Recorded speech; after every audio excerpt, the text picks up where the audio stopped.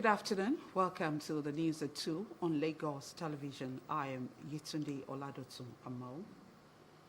President Bola Tinubu has signed into law the 70,000 naira national minimum wage bill. He signed the bill at the Federal Executive Council meeting in the presence of the leadership of the National Assembly. The Minimum Wage Act now makes it mandatory for a review of the national minimum wage every 3 years, as against 5 years in the amended act. Some of the cabinet members who witnessed the signing of the new Minimum Wage Act said it is a promise kept and a demonstration of President Tinubu's people-oriented governance model. This is a national minimum wage to be implemented across the society. The federal, the state, the local governments, and the private sector. So let us all follow the example of Mr. President of the National Assembly and do what is right by the workers of Nigeria. The issue is about commitment, about leader being committed to do what he says he will do, that the minimum wage will be paid as having been passed. We are grateful that you have put so much energy and you have shown good faith and good faith to Nigerians, and we are following suit. So this afternoon, the National Assembly have shown that they are ready to walk the talk. The Senate President, Godswill Akpabio, commended President Tinubu for keeping his promise to pay Nigerian workers a living wage, which he said became a reality just a little over a year of his administration. He also commended Nigerian workers for their resilience and contribution to nation building over the years and urged them to redouble their efforts in the delivery of effective services for the progress of Nigeria. Nation, for the federal government, for the states, for the local governments, for the private sector, and even for individual employers. So I think this is a great day for the workers in the country. The 10th National Assembly was commended for the swift passage of the Wage Bill Act, which has now become law. The federal government has announced plans to digitize 80% of government activities next year as part of President Bola Tinubu's administration's drive towards modernizing Nigeria's public sector. The project aims to enhance efficiency, reduce corruption, improve transparency, and bring Nigeria's public sector in line with global best practices in e-governance. Speaking during the opening of the digitization training program for staff of the Office of the Vice President, Deputy Chief of Staff to the President, Senator Hassan Ibrahim Adeja, says there is an urgent need to transform government operations using digital technologies. Government activities will be online. We are not there yet, but I believe that the only way we can be there is if we lead from the top. You know, if you have a state house that digitized, that is going paperless, everybody, every MDO will be forced to comply. If we have a situation where you are forced to present your requests and your responses in a digital format, everybody will be forced to comply. Surprisingly, the judiciary is almost at the forefront of digitization now. State House Permanent Secretary Olusegun Olufunsho Adebiyi said the State House decided to set up a training center to enhance efficiency among its workers, adding that more training will be organized periodically for staff. He also announced the procurement of 500 desktop computers to enhance staff members' productivity. President Bola Tinubu has directed the Tertiary Education Trust Fund to increase the number of modern hostels in tertiary institutions from 36 to 72 by 2025. Executive Secretary of TED Fund, Sonny Echono, disclosed this during a meeting with the leadership of the National Association of Nigerian Students. He says the President's directive follows plans to ensure industrial harmony in tertiary institutions. The Executive Secretary also asked students to ensure that public properties on campuses are not destroyed during the planned nationwide protest. He asked that TED Fund commence the construction of 36 modern hostel facilities in tertiary institutions in 2024, following the directive of the President.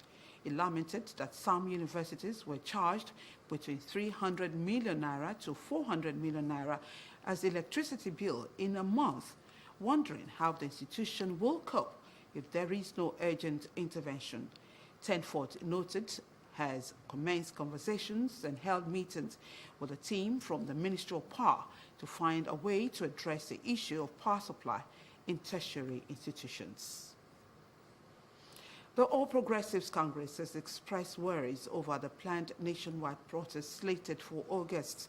National Chairman of the party, Abdullahi Ganduje, made this declaration while addressing some youths who are against the proposed nationwide protests.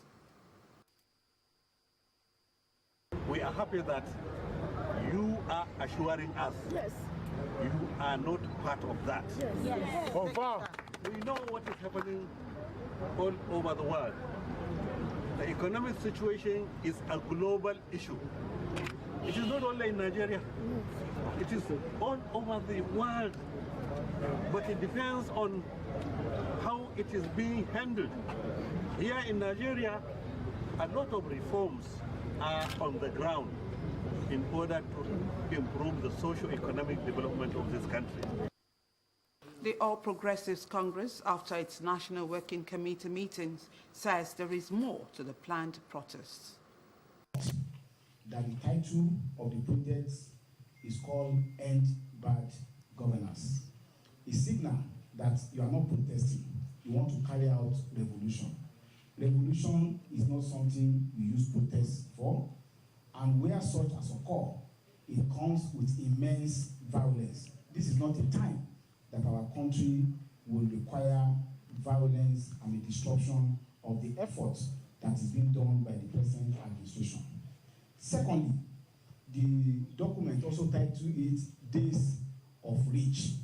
That does not show something that is comforting for anybody that wants to organize something peaceful. This protest is liable to be misdirected, misappropriated by some faceless people to cause chaos in our country. We also agreed in our meeting that the most important duty of government is the protection of the welfare and the lives and property of our people. And that duty is not in competition or in tension with the rights of Nigerians to protest or to freely assemble and associate. But it is a duty that the government bears to keep everyone, even the protesters, safe.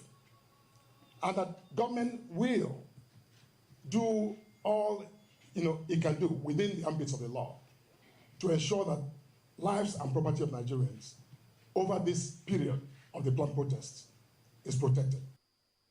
The party says its concerns stem from the EndSARS protest of October 2020, which caused so much havoc across the country after it was hijacked by hoodlums.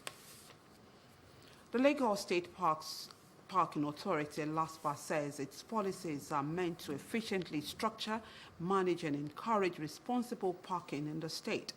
General Manager Adebisi Adelabu clarified this during a media parley. The General Manager believes the introduced policies will encourage a responsible driving culture among Lagos motoring public. We put systems in place for people to be more responsible about how they park their vehicles. If you're going to a party or even to work and you live in the same area, there's no reason why you can't carpool. It's also intentional because the government is investing a lot of money on transportation, so you have the rail coming up, the lag ride coming up as well. So it's creating options while it's putting the parking management system in place for you. And so it means that we want to create a Lagos that before people go out, they ask, do I really need to take my car? LASPA board says the ban on street parking is not for a particular set of people and that the agency is not set out to witch hunt anybody.